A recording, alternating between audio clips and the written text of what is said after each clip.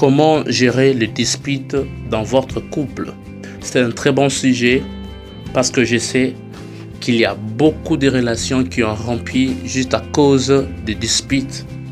Et vous pouvez également perdre votre âme sœur si il y a des disputes que vous n'arrivez pas à gérer dans votre couple.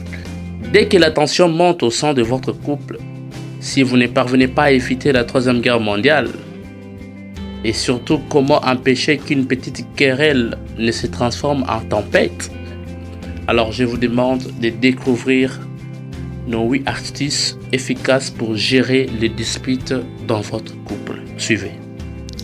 1. Ne parlez pas sous le coup de la colère. Vous devez faire très attention. Vous ne devez pas parler sous le coup de la colère, car c'est un moment très dangereux où vous pouvez dire des choses que l'on pourrait vite regretter. Pour éviter d'en arriver là, lorsque vous sentez la colère vous envahir, restez dans votre peau, gardez votre sang-froid, ne parlez pas sous le coup de la colère. Attention avec votre langage, attention avec votre parole. 2. Parlez calmement. L'effet de crier ne peut pas arranger l'affaire. Et la communication est la clé pour sauver votre couple d'une dispute. C'est pourquoi la première chose à faire, lorsque le ton monte entre vous et votre partenaire, essayez de calmer les jets. Si votre partenaire commence à monter dans les tours, ne criez pas plus fort que lui. Essayez de rester calme, d'exprimer votre point de vue sans hausser la voix. 3. Évitez d'accuser l'autre. Quand on est vraiment énervé, on peut avoir tendance à accuser directement l'autre. On peut dire « tu m'écoutes jamais ». Attention, ces pronoms personnels « tu » doit être évité à tout prix, je vous dis. Il ne fera qu'énerver l'autre, qui sera sur la défensive face à une telle situation, à une telle accusation. À la place de dire « tu m'écoutes jamais » ou bien « tu me déçois », dites plutôt ce que vous ressentez. Par exemple, « je me sens blessé quand tu adoptes telle attitude parce que je me sens ni écouté ni respecté ». Au lieu de braquer l'autre, cette technique de dire ce que vous ressentez permet à votre moitié de mieux comprendre ce que vous éprouvez. C'est le meilleur moyen de gérer les disputes inutiles. Ainsi, l'autre aura aussi la même douleur et vous allez vite chercher une bonne solution. 4. Reconnaître ses erreurs. Dans certaines situations, il est important de mettre sa fierté de côté.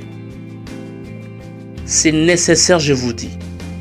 Reconnaître ses erreurs et s'excuser si vite lorsqu'on est coupable, lorsqu'on a commis une erreur, est sans doute l'un des meilleurs moyens de couper court à une dispute. Alors qu'attendez-vous? Si vous sentez que vous avez mal agi, alors allez vous excuser. Je vous demande de le faire même tout de suite là. Allez vous excuser. Il faut reconnaître ses erreurs. 5. Laissez l'autre s'exprimer. En pleine dispute, il est difficile de laisser l'autre s'exprimer et attendre ses justifications sans lui couper la parole lorsqu'on est persuadé d'avoir raison. Pourtant, écouter ce que votre partenaire a à dire sans l'interrompre permet d'éviter des tensions dans votre couple et donc de calmer la situation. Donc vous devez laisser l'autre le temps aussi de s'exprimer. 6. Ne pas accumuler les tensions. Je voulais vraiment insister sur ce point. Ayez l'habitude de dire à votre conjoint, à votre partenaire, ce que vous avez dans votre cœur lorsque quelque chose vous chiffonne. Parce qu'en taisant ce que vous ressentez, vous allez accumuler des rancœurs que vous n'hésiterez pas à ressortir et déverser lors de toute autre dispute. 7. Faire des compromis. Rien ne sert de tenir tête coûte que coûte. Pour imposer vos idées, montrez-lui alors que vous voulez trouver ensemble une solution qui convient pour vous deux. Donc, quand vous avez des disputes, que ces disputes soient pour vous une bonne occasion d'améliorer encore votre relation. De chercher qu'est-ce qui a créé le dispute et trouver des solutions qui vont permettre à ce que cela ne puisse pas encore se reproduire. Voilà. Et 8, pour terminer, accepter les défauts de l'autre. Gardez toujours dans votre tête, quand on aime quelqu'un, on aime aussi ses qualités et ses défauts. Tâchez de vous en souvenir lorsque vous avez une situation de conflictuelle. Quand je dis accepter les défauts de l'autre, il ne s'agit pas non plus d'accepter tout ou n'importe quoi, non.